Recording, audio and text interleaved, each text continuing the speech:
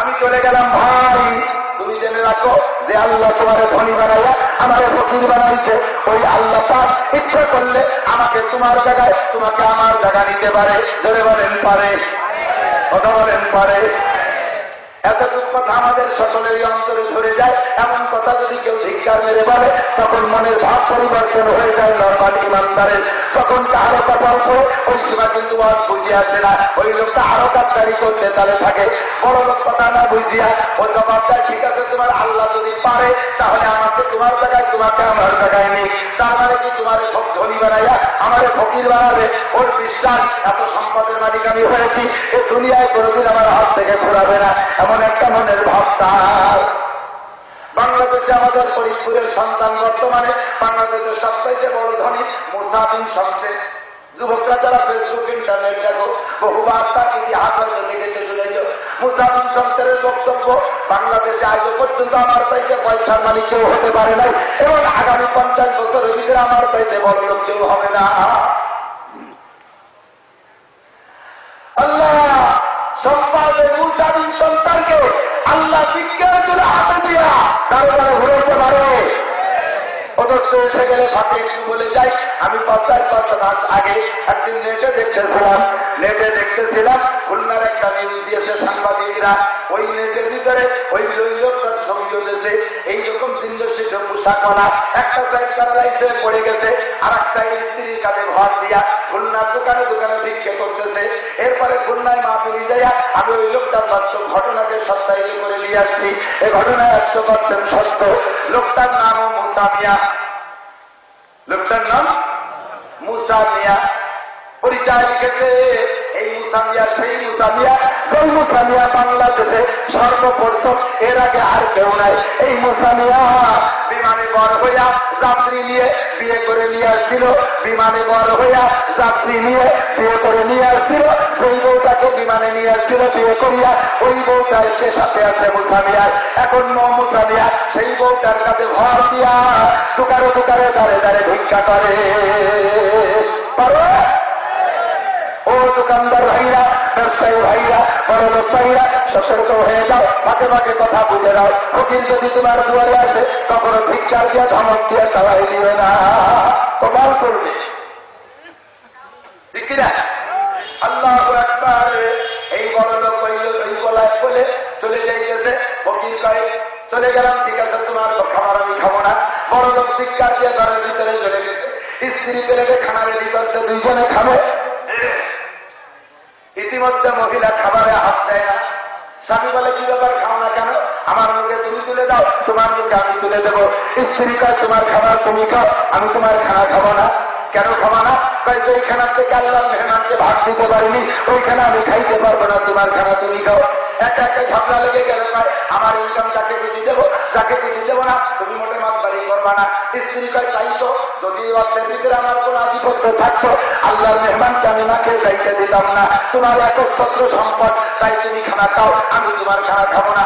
ঝগড়া বাড়তে বাড়তে এক পর্যায়ে এমন হয়ে গেছে খানা খাওয়ার আগে স্ত্রীকে বাইরে শুরু করে দিচ্ছে। পিটাইতে পিটাইতে রাগের সীমাতিরিক্ত হয়ে গেছে। বউটারে ওই জায়গা বসে 3টে তালাকও দিয়ে ফেলাইছে। খাবারের আগে যখন তালাক হয়ে গেছে, আর কি খাবারের মেজাজ আছে। স্ত্রী কাঁদতে কাঁদতে খাটের উপরে উপর হয়ে কাঁদতেছে। এবার ওর চেতনা ফিরে আসছে।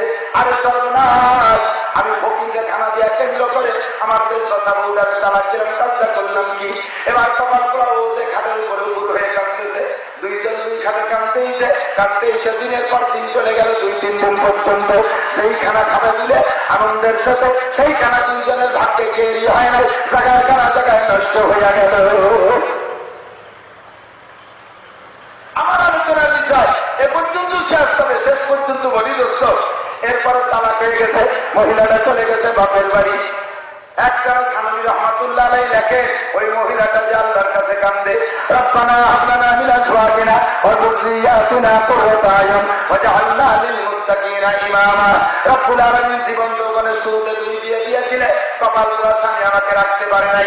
মালিক যদি এই যৌবন থাকতে তুমি কোথাও বিবাহের ব্যবস্থা করো, এমন একটা স্বামী দাও যাকে দেখলে চক্ষু শীতল হয়, যার আচরণে কলিজা ঠান্ডা হয়, তেমন একটা স্বামী তুমি আমাকে নসিব করো। থানভী রহমাতুল্লাহ আলাইহি লেখেন, একটানা 3 বছরের ভিতরে বিবাহের জন্য প্রস্তাব আসে নাই।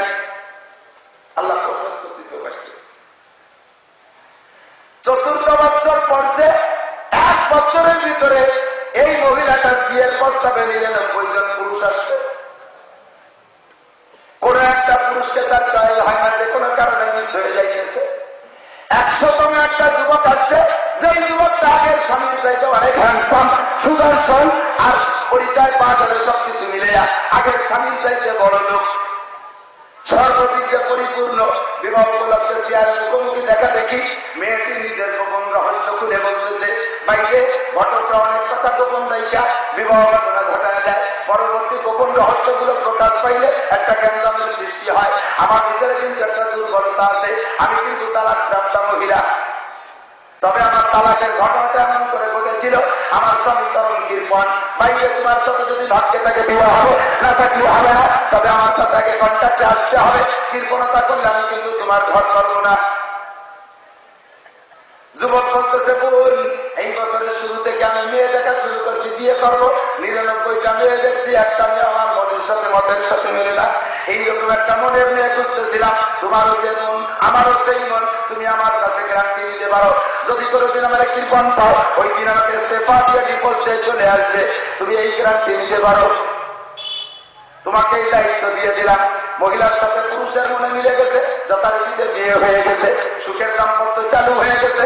কিছুদিন পরে যে মহিলা প্রস্তাব দিচ্ছে স্বামীকে, ওগো স্বামী, সেই দিন সেই স্বামীর ঘর থেকে তালাক পেয়েছিলাম যে কারণে, সেই কারণটা আমার এই খানার কারণ। আমার একটু মনে চাইতেছে ওই দিনের খানা আমি নিজ হাতে পাকাইছিলাম, যত আইটেমের চোখের সামনে ভাসে। তোমারও তো অর্থবিত্তের অভাব নাই, তুমি যদি সেই আইটেমগুলো বাজার করে আনতে, আমরা সেই খানাটা পাকাইয়া আজকে 2 জনে পরাণ করে খাইতাম। স্বামীকে খাবারের মিষ্টি দিয়ে দিয়েছে, মেনু দিয়ে দিয়েছে, সেইভাবে বাজার করে নিয়ে আসছে। মহিলা নিজে হাতে পাকাইয়া লাঞ্চ করে খানা খাইতে বসছে। থালা বাটি রেডি করতেছে। ইতিমধ্যে আল্লাহ পরীক্ষার ফকির একটা পাঠায় দিয়েছে। পরীক্ষার ফকির বাইরে এসে হাত মারছে, বাইরে তোমরা ঘরের মধ্যে তারা খানা খাও, আমি কিন্তু 3 দিন খাই না, আমাকে একটু খাবার দেওয়া যায়। মহিলার ভিতরে বিদ্যুৎ চমকাই গেছে, আমি সর্বনাশ। স্বামীকে বলতেছে, ওগো স্বামী, সেই দিন এই আইটেমের খাবার খাইতে যাইয়া এই 3 দিনে না খা ফকিরের কারণে তালাক খাইছি, ভাত খাইতে পারি নাই। আজ তো আবার সেই আইটেম দিয়ে বসছি। আজ তো আল্লাহ 3 দিনে না খা ফকির একটা পাঠাই গেছে, কপালে কি আছে আল্লাহ ভালো জানে। 5 করবা না ফেল করবা? দেখো স্বামী কয়, 5 আমি বিয়ের দিন করে রয়েছি, আজকে 5 তোমার কাছে। আমি বলছি না কি পর না, যাও আল্লাহ মেহমান ফকিরকে আগে পরাণ করে খানা খাও, থাকলে খাবো, না থাকলে খাবো না। স্ত্রীর বল করে ঢিল করে সব আইটেম থেকে খাবার নিয়ে নিজে হাতে মেহমানকে ফকিরকে খাবার দেবে বলে নিজে হাতে এই খাবার খাওয়াইতে গেছে। খাবার সামনে দিয়া মহিলাটাকে চলে আসতেছে। ফকির খাবারের ভিতরে হাত ঢুকাই দিয়া কি যেন মনে চাইল, এত খাবার তো সবাই দেয় না, এত খাবার তো কেউ দেয় না, যে যেন দেখি মহিলাটা কেমন। এক নজর চোখ তুলে মহিলার দিকে তাকাইয়া ফকিরের 12টা বাজে গেছে। খাবারের ভিতরে হাত ঢুকাই দিয়া ফকির চোখ থেকে পানি ছেড়ে দিয়া মহিলার দিকে তাকাই রয়েছে। মহিলা আশ্চর্য। মহিলা বলতেছে, আরে সর্বনাশ, 3 দিনে না খা ফকির তো আমার চাইতে কোন সুন্দরী মহিলা থাকলে তার দিকে তো তাকানোর এনার্জি থাকার কথা না। যে লোকটা 3 দিন খায় না, তার তো আভ্যন্তরীণ সব বিশ্বাস। এই মহিলা, এই লোকটা আমার দিকে এতক্ষণ তাকাচ্ছে কেন? এবার থেকে সত্যি সে চোখ থেকে পানি ছেড়ে দিয়ে কাঁদতেছে। জিজ্ঞেস করতেছে, বাইরে তুমি কাঁদছো কেন? জিজ্ঞাসার ভিতর দিয়া একে একে সিনা হয়ে গেছে।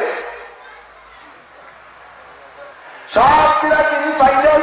এবার মহিলাও জায়গার থেকে আপনারা থাকতে পারছে না, কাঁদতে কাঁদতে ঘরের মধ্যে চলে আসছে। ঘরের স্বামী তো খাবারের জন্য অপেক্ষায় আছে, স্বামী স্ত্রী আসলে খাবে। ঘরে গিয়ে দেখে, ঘরে গেছে কাঁদতে কাঁদতে, খাবার সামনে করে বসে কাঁদতেছে। স্বামী বলতেছে, কি ব্যাপার, তুমি কাঁদছো কেন? খাবারে কম হবে নাকি অন্য কোনো দুঃখ পেয়েছ? স্ত্রী বলতেছে, ওগো স্বামী, আল্লাহ কুদরতের করার সাহায্য হয়ে কাঁদি। কি কুদরত দেখেছ? ভাই, সেই ফকিরে খানা দিয়ে এসছি, ওই ফকির আমার সেই আগের ঘরের বড় লোক স্বামী। বলতে দেরি, ঘরের স্বামীর ভিতরে আবেগ বাইরে গেছে, কাঁদতেছে। 2 জনে গলায় ধরিয়া আল্লাহর কুদরতের আশ্চর্য হয়ে কাঁদতেছে। কান্নাকাটি জড়াজড়ি গলির বাহিরে কান্দে, এ দুজনে ঘরের মধ্যে কান্দে। এবার ঘরের স্বামী স্ত্রীকে বলতেছে, ও আমার স্ত্রী, এর যে একটা আশ্চর্য খবর তোমাকে আমি শোনাইতে চাই। আশ্চর্য কি হতে পারে?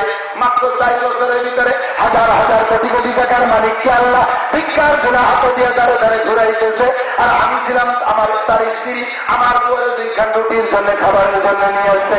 এত তাড়াতাড়ি ওরকম করতে পারে, এর যে আশ্চর্য খবর আর কি আছে? ঘরের স্বামী বলতেছে, আশ্চর্য খবর শুনে নাও। সেই দিন তোমরা যেই ফকিরে খাবার না দিয়ে তাড়িয়ে দিয়েছিলে, যার কারণে তোমার এই তালাক হয়েছিল, আমি ছিলাম সেই ফকির।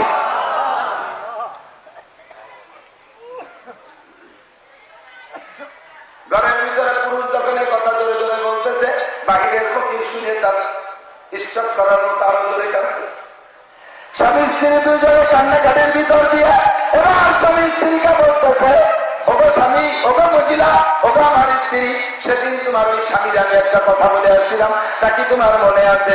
তাই না, মনে নাই। কি বলেছিলে? তাই বলেছিলাম, আমার আল্লাহ তোমার আল্লাহ একই আল্লাহ, আলা কুল্লি শাইইন কাদির, সবকিছু করতে পারে, ফাআলুল লিমা ইউরিদ, যা খুশি তাই করে।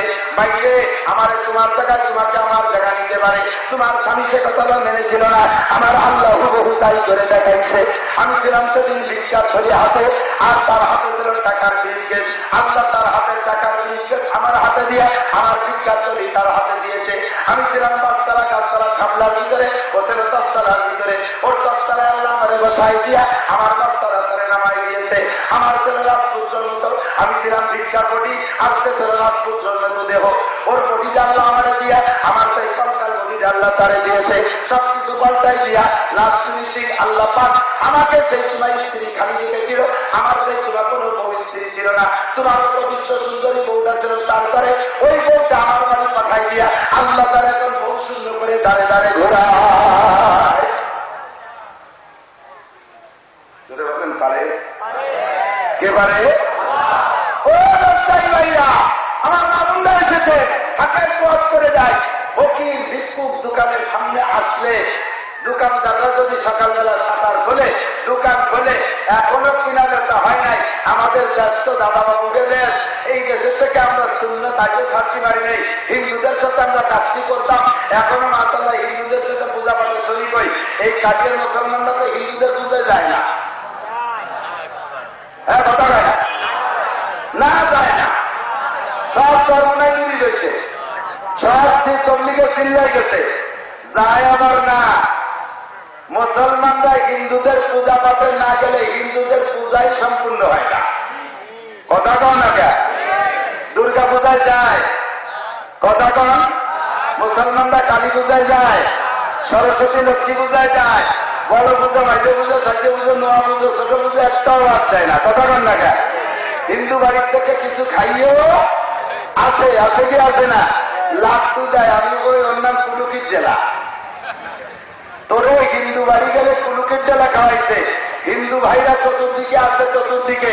আমি বলি একেবারে ওয়ান ম্যান ওয়ান ধর্ম, পিওর পাকা ফ্রেশ ধর্ম পালন যদি করে, হিন্দু ভাইরাই করে, তাদের ধর্মের সাথে কোনো ভেজাল রাখে নাই। কথা বলুন ঠিক না? কোনো তার ভেজাল নাই। তারা তোমাদের ধর্মের সাথে, ধর্মের কাছে ভাড়া করে না কিছু। তুমি যাও কেন? তুমি তার সাথে করো, তুমি তার সুন্নতের পাবন্দি করো, তারা তোমার সুন্নতের পাবন্দি করে না। জীবনে কোনোদিন করে হিন্দু ভাইরে ঈদের নামাজ পড়াতে পারো নাই, কোন হিন্দু ভাইরে জুমার নামাজ পড়াতে পারো নাই, কোন হিন্দু ভাইরে কুরবানির একান্তরের গোস্ত খাওয়াতে পারো নাই, কোন হিন্দু ভাইরে বিশ্ব ইস্তেমায় নিতে পারো নাই, কোন হিন্দু ভাইরে সরমনের ময়দানে নিতে পারো নাই, কোন হিন্দু ভাইরে একটা পাঁচতলি তুমি পড়াইতে পারো নাই, কোন হিন্দু ভাইরে পাগড়ি পড়াতে পারো নাই, কোন হিন্দু ভাইরে যুব্য পড়াতে পারো নাই, কোন হিন্দু ভাইরে কোরআন শরীফ পড়াতে পারো নাই, কোন হিন্দু ভাইরে মোষ কাটাইয়া দাড়ি লম্বা করে রাখাতে পারো নাই। ও দোস্ত, তুমি তাদের সুন্নতের পর আমল করো। কোন হিন্দুদের নাম মুসলমানের নাম তারা ভাড়া করে না। আব্দুর রহমান, আব্দুল খালেদ, আব্দুল মালিক, কামাল, আবু বকর, উমর, ওসমান, আবু তালহা, জুবাইর, বিলাল, আম্মার, সোহেল, হাসান, হুসাইন, আয়েশা, ফাতেমা, খাদিজা, রহিমা, মারিয়াম, আসিয়া, এই সমস্ত নাম কি হিন্দুরা রাখে? কথা বলেন রাখে? মুসলমানের ছেলে তুমি জন্টু নাম রাখো, কাকে নাম? পল্টু নাম রাখো, কাকে নাম? গোপাল মুসলমানের নাম আছে না নাই? মুসলমানের ছেলের নাম গোপাল আছে না নাই?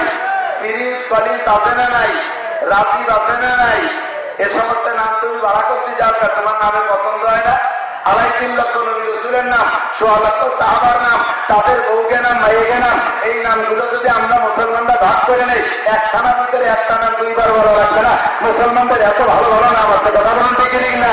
তুমি কেন যাও তাদের সাথে ভাড়া করতে?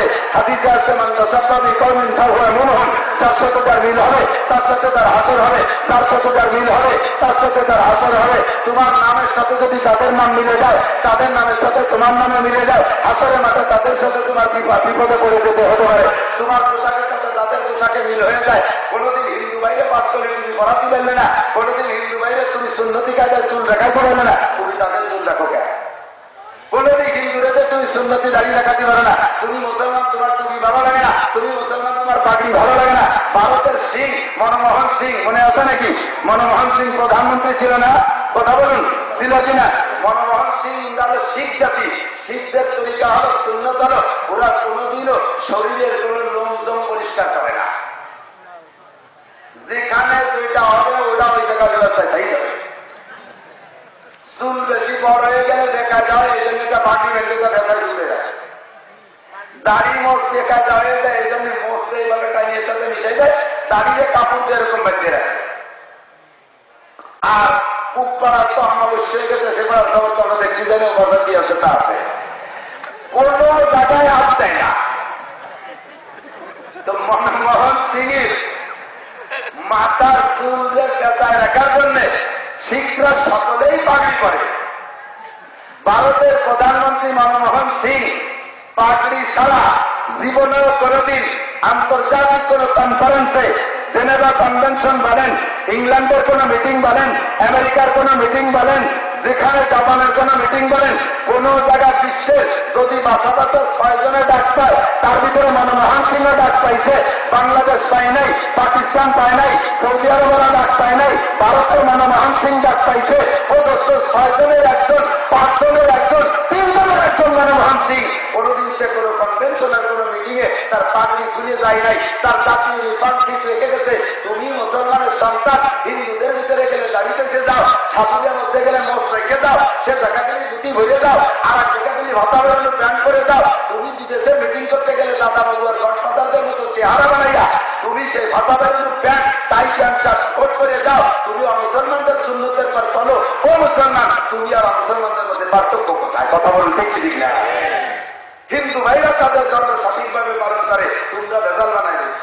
মুসলমানের মেয়ের নাম স্বপ্না, মুসলমানের মেয়ের নাম পপি, আছে না নাই?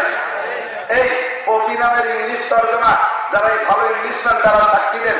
আমি ইংরেজিতে আলিফ জানি না, আমি এর ব্যাপারে শোনা হইল, সেই ইংলিশ শিক্ষিতদের কাছ থেকে আমি শুনেছি পপি মানে কুকুর ছানা। সুবহানাল্লাহ।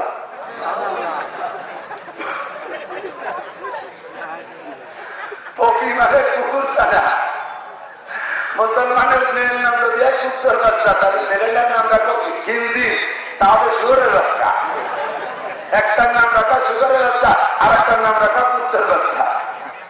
ও মুসলমান, তুমি একটু সতর্ক হয়ে যাও। আমার হিন্দু ভাইরা, আমি তাদেরকে ধর্মের ব্যাপারে দারুণ ভাবে প্রশংসা করি যে তারা তাদের ধর্মে সলিড। হাজার হাজার হিন্দু ভাই আছে আমার ওদের ভক্ত। গেছি পিরোজপুর, নাজিরপুর মাহফিল করতে, এক হিন্দু ভাই এসে আমার সাথে অনেকক্ষণ গল্পের ভিতরে বলতেছে, হুজুর আমি কমপক্ষে নারী আর পুরুষ দিয়ে 200 নিয়ে আসছি হিন্দু, আপনার ওয়াজ শুনুন। আমি হলো কীর্তন গানের সভাপতি। সে আমার ওয়াজ শুনতে আছে, কয়েকটি হুজুর একটা রাজ্য আপনার ওয়াজ না শুনে ঘুমাই না, কানের দ্বারা আপনার ওয়াজ চালাইতে শুনতে শুনতে ঘুমাই যায়। সুবহানাল্লাহ, আলহামদুলিল্লাহ, কি যে ভালো লাগে ও কয়, ওর জবানেই কয় সুবহানাল্লাহ আলহামদুলিল্লাহ, কি যে মজা লাগে। ও দোস্ত, এই সুবহানাল্লাহ আলহামদুলিল্লাহ মুখ দিয়ে কইতে কইতে একদিন অন্তরের মধ্যে ঢুকে যাইতে পারে কি পারে না? ও দোস্ত, আমি হিন্দু ভাইদের সমালোচনা করি না, তাদের ধর্মের প্রশংসা করি। তাদের ইমান আকিদা, তাদের মান্য যোগ্যতা অনেক সুন্দর, শুধুমাত্র আমাদের বুঝাইতে দেরি হচ্ছে, যার কারণে তারা বুঝবাইতে পিছিয়ে পড়ে যাচ্ছে। ভারতের ভিতরে ওই পাশে শ্রীলঙ্কা, মালদ্বীপ, প্রত্যেক দিন আল্লাহর রহমতে দর্জন হিন্দু ভাইরা কলেমা পাইয়া মুসলমান হচ্ছে। ইংল্যান্ডে মাত্র 9 বছরে 40,000-এর উপরে যুবতী মেয়ে, যুবতী খ্রিস্টান মেয়ে, মাত্র 9 বছরে 40,000-এর বেশি যুবতী খ্রিস্টান মেয়ে কলেমা পড়ে মুসলমান হয়েছে। সুবহানাল্লাহ। বুঝেছে ইসলামের ভিতরে শান্তি, ইসলামের ভিতরে শান্তি। কারণ তারা দেখেছে এই ইংল্যান্ডে এইডস এর বড় প্রভাব। এইডস হচ্ছে তাদের, এইডস হচ্ছে খ্রিস্টানদের, ইংল্যান্ডের মুসলমানদের এইডস হচ্ছে বেশি, সিফিলিস গনোরিয়া বেশি হচ্ছে, তারা এই জাতীয় মরণব্যাধিতে আক্রান্ত বেশি হচ্ছে। এখন এই সিফিলিস গনোরিয়া এইডস এর কারণ হলো আমাদের ফ্রি সেক্স, আমাদের এই যৌন অবাধ মিলন, আমাদের বেপর্দা, এর কারণে আমরা মারাত্মক ব্যাধিতে আক্রান্ত হচ্ছি। বাঁচতে সকলেই চায়, ফ্রি সেক্সের কারণে মায়ার মেয়েতে বাপ আর বেটিদেরও ভেদাভেদ নাই, ভাই আর বোন কোনো চেনাচিনি নাই, যে যাতে দখল পাচ্ছে যেখানে সেখানে এভাবে অবৈধ আচরণ, যার কারণে একের থেকে অপরে এই সমস্ত মরণ ব্যাধিগুলো সারাজ করতেছে, এগুলো বিরাজ করতেছে, আর আমরা মারা যাচ্ছি। শুধুমাত্র দেখা যায় যে 99% অমুসলমানদের ভিতরে মরণ ব্যাধিগুলো, মুসলমান শতকরা 1%, তারও কারণ যে মুসলমানটা নামে মুসলমান কামে আকাম, এই মুসলমানদের ভিতরে এইটা। এই জন্য ওরা দেখেছে যে মুসলমানদের ভিতরে এই ক্রিসেস না থাকার কারণে, এই অবাধ মিলন না থাকার কারণে আল্লাহর রহমতে তারা মরণ ব্যাধি থেকে সুস্থ থাকতেছে। তাই হাজার হাজার খ্রিস্টান মেয়েরা মুসলমান হয়ে যাচ্ছে, আর পুরুষ তো হয়েছে শুধু যুবতী মেয়ে 40,000-এর উপরে, মাত্র 9 বছরে মুসলমান করে। সুবহানাল্লাহ, আল্লাহ কবুল করে বলেন আমিন। শরীর চলে যায়, মাঝে মাঝে কথা বলতে বলতে বক্তা মানুষ অধিক চলে যায়। তো যা বলতে চাইছি সেটা হলো, সর্বময় ক্ষমতার মালিক কে? ছেলে দেয় কে? মেয়ে দেয় কে? আল্লাহ দেয়। অর্থ সম্পদ কে দেয়? আল্লাহ দেয়। কখনো স্ত্রীর উপরে টর্চারিং আর প্রেশার চালাবো না। কথা বলে রাজি আছি তো ইনশাআল্লাহ? আল্লাহর কুদরতের উপরে খুশি থাকবো। আর আগামীকাল কে কি ইনকাম করবো কইতে পারবো না। 5 নম্বর আল্লাহ পাক গোপন রেখেছে সেটা হলো কে কোন জায়গা কখন মারা যাবা ফের বলার জায়গা জোরে বলেন আছে? কার মৃত্যু কোন জায়গা হবে, কার দাফন কোন জায়গা হবে, কার দাফন কোন জায়গা হবে, কে কোন জায়গা মাটি হবে, কেউ বলতে পারবে না। আমি আয়াতের পর বিশ্বাস রাখি, নবুয়তের বাস্তবে আমার একটা সরহে সদর হয়ে গেছে। এই আয়াতের উপরে আমার জেহেন আরো খুলে গেছে একটা বিষয়কে কেন্দ্র করে। আমার লক্ষ্মীবাসা মাদ্রাসা, আমি তো লক্ষ্মীবাসা মাদ্রাসায় পড়াই, লক্ষ্মীবাসা মাদ্রাসার প্রিন্সিপাল আমি মোহতামের। আমার মাদ্রাসা শাইখুল হাদিস মাওলানা মাহমুদুল হাসান রমজান, শহীদুল্লাহ উস্তাদ, আরো বহু পুরানো গ্রামের উস্তাদ, আমার 3 বছরের জুনিয়র। আল্লাহ বান্দার বাড়ি ফুকলো এলাকায় যথেষ্ট গ্রহণযোগ্যতা। 12 বছর পড়াইছে লক্ষ্মীবাসা মাদ্রাসায়, উপজেলা মসজিদের ইমাম ও খতিব, হাজার হাজার ভক্তবৃন্দ।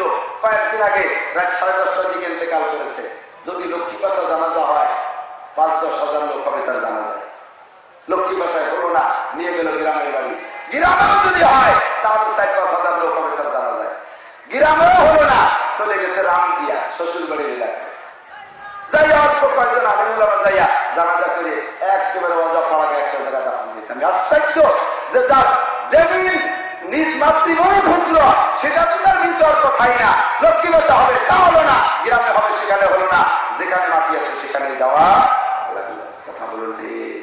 বহু ধনী ধনী মানুষ আছে, পয়সার মালিক, হজ করে না, বুড়ো হয়ে গেছে, 70-80 বছর বয়স, কোটিপতি, আজও হজ করে নাই। ও দোস্ত, এর এক কোটিপতির সাথে আমার সাক্ষাৎ আশুলিয়া ঢাকা। আমি কইলাম চাচা তবলিগের সাথে হজ করেছেন? কয় না বাবা, একটু হজের কিস্সা শোনাও। আল্লাহ হজ করেছেন? কয় হজ করি নাই।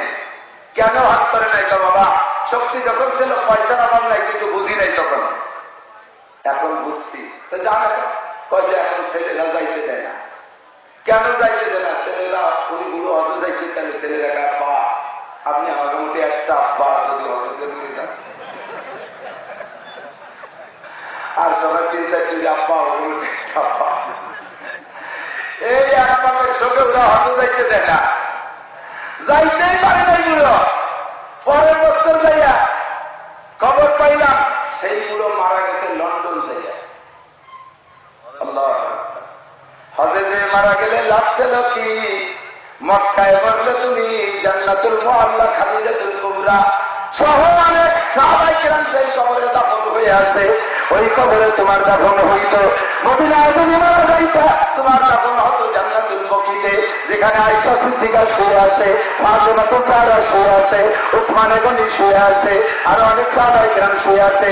মাত্র সামান্য একটু পাশেই রহমতে আলম নবী মুহাম্মদ রাসূলুল্লাহ শুয়ে আছে। কথা বলুন ঠিক কি? তুমি এক বাপ মরার ভয়তে হতে যাও নাই, এই বাপ এবার মারাত্মক ব্যাধিতে আক্রান্ত। ছেলেরা বাপকে বাঁচানোর জন্য লন্ডন নিয়ে গেছে চিকিৎসায়। বিমানের থেকে নাইরা যখনই গাড়িতে উঠছে হসপিটালের দিকে যাইবে, গাড়িতে উঠার পরে গাড়ি স্টার্টও নেয় নাই, তার আগেই বুড়োর যান শেষ। আজকে আর হবে না।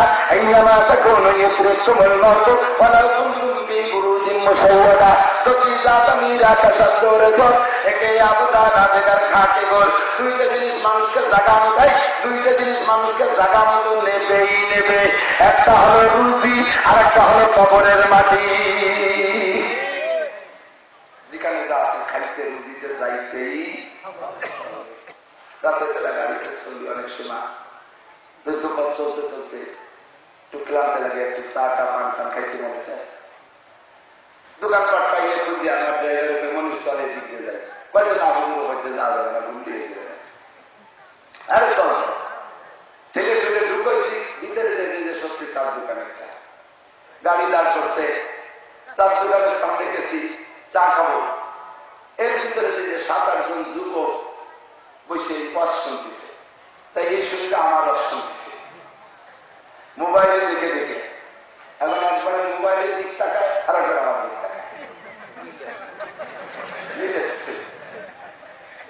কোনদিন আমার দেখে নাই, ওই মোবাইলই দেখে সবকিছু মিলাইয়া। এবার এই বুঝেছেন তুমি ওইটা দিক চাইয়া আমার দিক চাইয়া হুজুর প্রত্যেকটা এই জায়গায় 1টা পর্যন্ত 2টা পর্যন্ত শুনিয়ে তারপরে বাড়ি যাই। জড়াই ধরে খোলাখুলি করিয়া কি খাবেন যা আছে ওই দোকানে সবাই দিকে প্লেট করে দিয়ে চাটা খাওয়াইয়া খান টান খাওয়াইয়া আরো 4টি অষ্টকুল্লা করে দিয়ে যান। আমি তো বলি তুই তো বিশ্ব রোডে যাবি, এই কুনার দিতে 4টি রুটি ফেসছে, এই 4টি পাবে তেমনি নিয়ে আসছে। কথা বলুন ঠিক? আমার তাদরি নাফসুম বিআইয়ি আরদিন তামুত, কোথায় মারবা কোথায় খাবা এইটাই আল্লাহ ভালো জানে। কথা বলুন ঠিক না? আয়াত 5টা জায়গার তর্জমা কইলাম। ও দোস্ত প্রথম কথা হলো ইন্নাল্লাহা ইনদাহু ইলমুস সাআহ, জিবরাইল বলছে নবী মাতাসা কিয়ামত কবে হবে। নবী বললেন এই বিষয়ে আল্লাহই ভালো জানে, আমরা কেউ বলতে পারি না। এবার জিবরাইল বলে হুজুর ঠিক আছে, নির্দিষ্ট ডেট বলতে পারবেন না আমিও জানি, তবে আমার ইমারতুহা কিয়ামতের কিছু পূর্বাভাস বলা যাবে, কিছু সিগন্যাল বলা যাবে। মোটরসাইকেলের টাঙ্কি ভরে তেল দিয়ে রওনা দিয়েছেন, কিছু দূর চলার পরে যখন তেল ফুরিয়ে যায়, জেনারেল টাঙ্কি থেকে যখন তেল শেষ হয়ে যায়, রিজার্ভ টাঙ্কিতে যাওয়ার সময় ভোট খায়। এই মোটরসাইকেল সাক্ষী দাও, ভোট খায় না? ধাক্কা লাগে ভোট খায়, কাঁপে গাড়ি। বোঝা যায় যে জেনারেল টাঙ্কি শেষ। এবার রিজার্ভে দিয়ে চাবি মোড়াইয়া রিজার্ভে দেওয়ার পরে এবার ব্যস্ত হয়ে যায়। পুনরায় পাম্পার দোকান পাওয়ার আগ পর্যন্ত হুশ থাকে না আল্লাহ। মাঝপথে যেহেতু তেল সম্পূর্ণ শেষ হয়ে যায়, এতক্ষণ গাড়িতে আমি চালাইছি, এরপরে গাড়িতে আমার চালাবেন। গাড়ি চালায় তো আরাম, তার চাইতে বেশি ঠিক না? কোন জায়গাতে পড়ে আর নড়ে, তাড়াতাড়ি পাম্পে যাইতে হবে। ও দোস্ত, এই দুনিয়া নামক একটা গাড়িতে দিক তাকান। দুনিয়া নামক একটা গাড়ি, এর একটা স্টার্টিং আছে, এর ভিতরে তেল ভরে দিয়ে আল্লাহ ড্রাইভারের প্রশিক্ষণ দিয়া, কি বলা হয়, রুহের জগতে বসার প্রশিক্ষণ দিয়া উপযুক্ত ড্রাইভারকে আল্লাহ গাড়ি চালানোর জন্য দুনিয়ায় পাঠাইছে। সর্বপ্রথম ড্রাইভারের নাম আদম আলাইহিস সালাম, এরপরে ড্রাইভার শীস আলাইহিস সালাম, এরপরে ড্রাইভার মাহা আলাইহিস সালাম, এরপরে ইদ্রিস আলাইহিস সালাম, এরপরে নূহ আলাইহিস সালাম। সব নবী না পাবলিক? কথা বলেন নবী।